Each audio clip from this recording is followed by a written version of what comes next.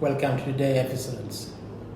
The topic is why do some Africans immigrants usually abandon their expertise areas and divert it to non-expertise field upon arrival to Australia or upon graduating from the local Australian universities?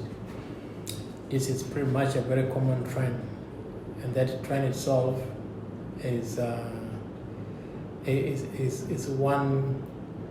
one key fundamental, aspect of every single migrant that usually arrive to Australia. There are a lot of, issues, to face.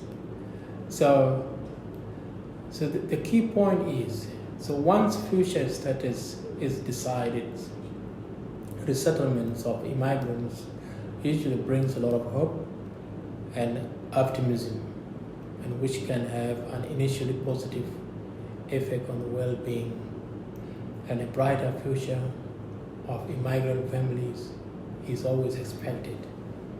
And that is the fundamental key there. So while developing their connectivity when they arrive in Australia, through their new homes, inhabitants and their new home networking and all that, they try to trace down their own cultural, lineage, and there's some of the issues that always occurs, during the transitions of the migrations. Some of us who came, prior to every single person here have some issues, when we got a lot of issues when they come here. There's what I call triple Ds usually occurs. Disillusionments, demoralizations, and depressions can also occur as early as a result of migration associated, cultural losses, isolations, new environments, loneliness, or later when initial hopes and expectation are not realized. Because every single migrants come here to this country, with a lot of hope that when I go to this country, a lot of things will change, and this is what I'll do. But that's not always the case.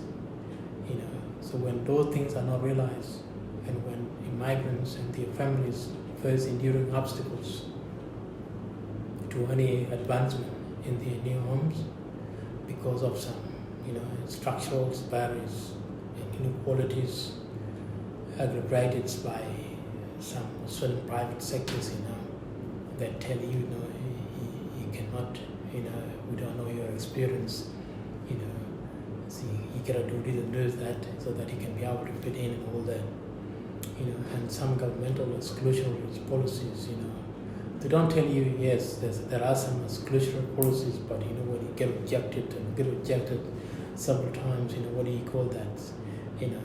Some racism, so systemic issues, these are what I call racisms, and discrimination and all that. These are quite common, to find them. Some of the migrants find it extremely well deserve to be an active member of local and church community-based association. So that's why you find most migrants, they have a lot of, especially Africans, they have, a lot of associations that are, that are based on their cultural homes and all that, and that had assisted so many migrants to catch up occasionally, and celebrates and empowering each other and creates an avenue for social cohesion. So this oftentimes, helps so many of these people, to navigate things, and you find some other migrants who are really helpful in the communities, trying to help out new emerging people. So this is really one of the key fundamental benefit of having an association which is based on cultural values. Some of the migrants grew up, in a collective society, especially African. They haven't been in individualistic countries, and all that. Collective societies, and whereas in Australia, life is basically individualistic. So it is you alone. You die alone, do your things alone. And a lot of people find it quite a little bit, strange. But at some point, that loneliness, living alone and doing your things alone is quite beneficial at some stages, As I say earlier on, community association have more direct influence than most service providers that I have come across, that are run on policies based that are not even compatible with most migrant cultures. But according to them, they are representing migrants and all that. That is just a policy base, But in reality, they're not, representing anyone's or representing any views of anyone, There are plenty of why questions, when those agencies and some of the governmental agencies reckons, they represent every single being and all that without, any direct influence. So when most governments and agencies and the non-profit organization agencies talk the word multiculturalism, this is where the problem is. The word multiculturalism and the words culturally and linguistically diversity.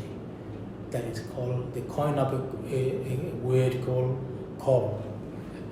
One would look at these coined terms as representing the interests of immigrants. Do you think these coined words, represent any sort of interest in your own personal perspective?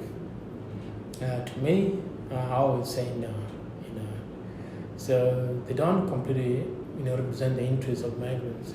And on the other hand, looking at the practicality approaches, involved in their operations and their connection to migrant communities. See, you would definitely realize, a parallelism in practice.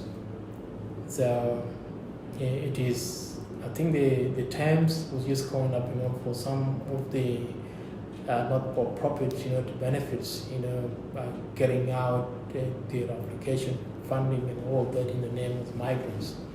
However, yes, Australia has provided enormous opportunities, to migrants, but also failed terribly, to consider the difficulties, some of the difficulties faced by the new emerging immigrant, to assess a system like a healthcare system. Healthcare system in Australia is one of the most sophisticated, system in the world.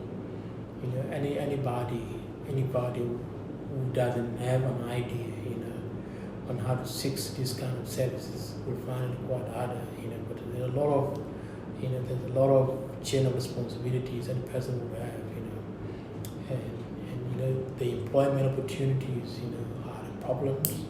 The legal system is another very sophisticated one, and so forth. For example, some migrants encounter difficulties in having their even credentials, like most people who come as graduate from overseas. They find it hard to get recognized, or even some of the Australian graduates, are always labeled as inexperienced or lack experience, which compromises, their ability to find work, commensurate with their educational level. So this is legit, and these are the realities of what Australia is, and whatever they call cultural and linguistical diversity is, So there are a lot of challenges there, but most of these migrants, are very resilient, This is where the mental health come in, and then now the government is fighting, saying mental health is a big thing, but how are they encountering it? How are they challenging it? How are they resolving it? So some of these migrants are always opted, to any jobs to sustain their families. That is to put a food on the table for their families, and this is the reality.